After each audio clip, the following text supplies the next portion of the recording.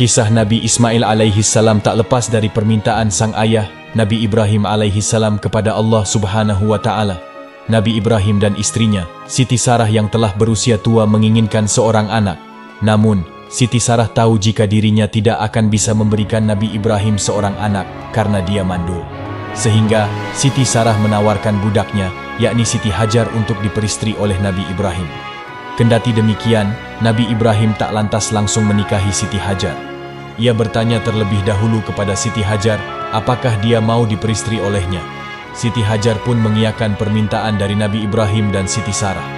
Kemudian, keduanya menikah dan setelahnya, Siti Hajar hamil lalu melahirkan seorang anak laki-laki yang diberi nama Ismail.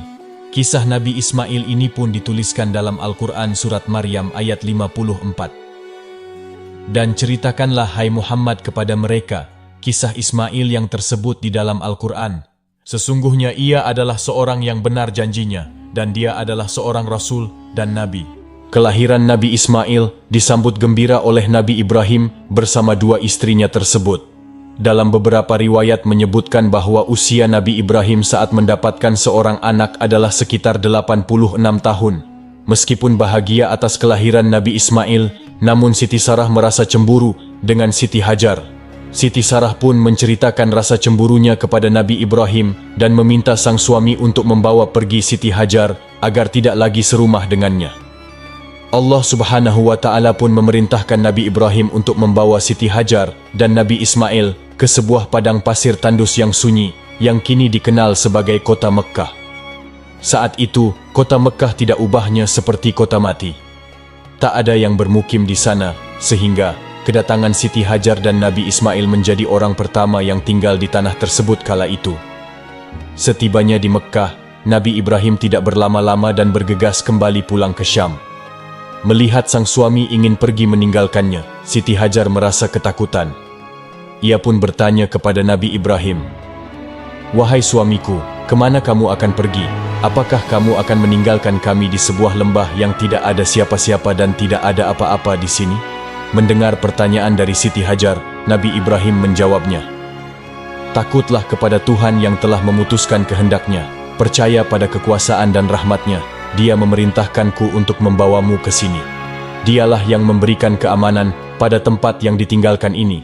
Tanpa perintah dan wahyu Allah, aku tidak tega meninggalkanmu bersama putraku tercinta.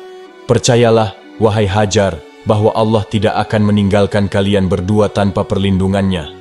Rahmat dan berkahnya selalu turun untuk selama-lamanya, insya Allah." Berdua di negeri Mekkah, Nabi Ismail yang kala itu masih bayi tinggal bersama ibunya Siti Hajar.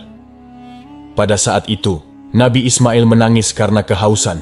Siti Hajar pun segera memberikan ASI untuk putranya. Namun, entah kenapa ASInya tidak keluar dan membuat Nabi Ismail semakin menjadi-jadi tangisannya. Siti Hajar bingung harus melakukan apa untuk menenangkan Nabi Ismail. Ia kemudian meninggalkan Nabi Ismail dan berlari ke Bukit Syafa untuk mencari air di sana, namun tidak ada apa-apa. Lalu, dari Bukit Syafa, ia segera berlari ke Bukit Marwah dan berharap agar ada air untuk Nabi Ismail. Siti Hajar bolak-balik dari Bukit Syafa ke Bukit Marwah sebanyak 7 kali, tetapi tetap tidak menemukan air sama sekali. Ia pun kembali ke sang anak. Sambil menangis, Nabi Ismail kecil menghentakkan kakinya ke tanah yang tandus itu, dan keluarlah air jernih dan menyejukkan dari tanah yang dihentak oleh Nabi Ismail.